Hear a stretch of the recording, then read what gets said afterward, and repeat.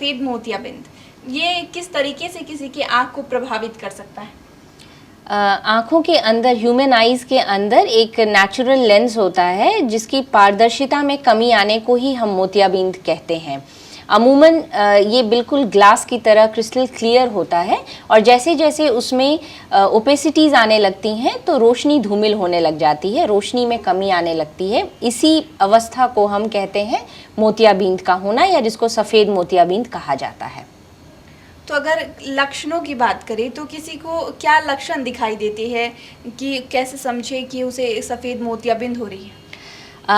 मोतियाबिंद होने का जो सबसे अहम और जो कॉमन मासेस, आम आदमी को भी इस बात की जानकारी है कि मोतियाबिंद जब होने लगता है तो शुरुआत में सबसे इम्पॉर्टेंट है रोशनी में धीरे धीरे, slowly progressive diminishing of vision, धीरे धीरे रोशनी में कमी आना। ये सबसे अहम और सबसे कॉमन जो लक्षण है मोतियाबिंद का वो यही होता है।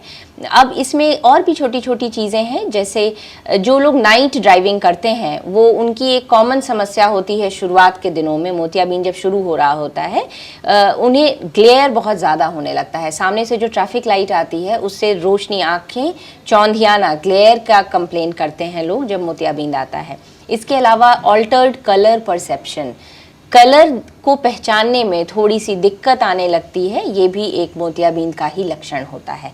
इसके अलावा बच्चों में, जो छोटे बच्चे होते हैं उनसे तो पता नहीं चलता क्योंकि वो अपने लक्षण, अपने सिम्टम्स शेयर नहीं करते, उन्हें आभास ही नहीं होता कि उन्हें कोई दिक्कत आ रही है।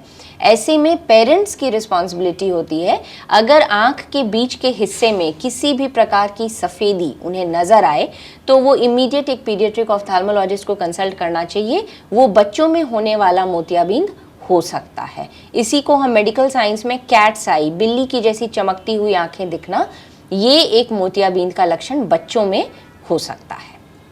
तो किस तरीके से कोई इसका इलाज करवा सकता है डॉक्टर के पास जब जाता है? तो क्या ऑपरेशन ही उसका एक बेहतर ऑप्शन है या फिर कोई और कारणों से या फिर दवाइयों से भी इसे ठीक किया जा सकता है? जी, मोतियाबिंद एक ऐसी बीमारी है जिसमें कि आँख के अंदर के लेंस में ओपेसिटी आने लगती है और एक बार अगर ये होना शुरू हो जाता है तो इसका अल्टीमेट ऑप्शन सर्जिकल ही है।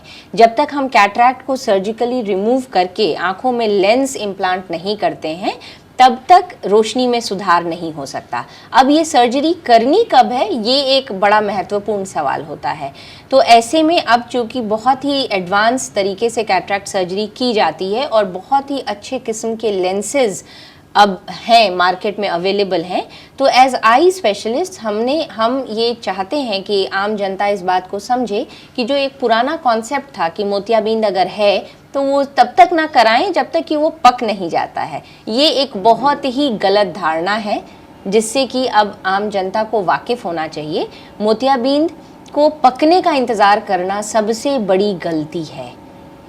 आप इस चैनल के माध्यम से मैं अनुरोध करना चाहूँगी कि ये गलती बिल्कुल ना करें। मोतियाबिंद एक बीमारी है, उसको उचित समय पर उसका इलाज सर्जरी के द्वारा होना चाहिए। उसके पकने से उसके कॉम्प्लिकेशंस बढ़ने का खतरा रहता है।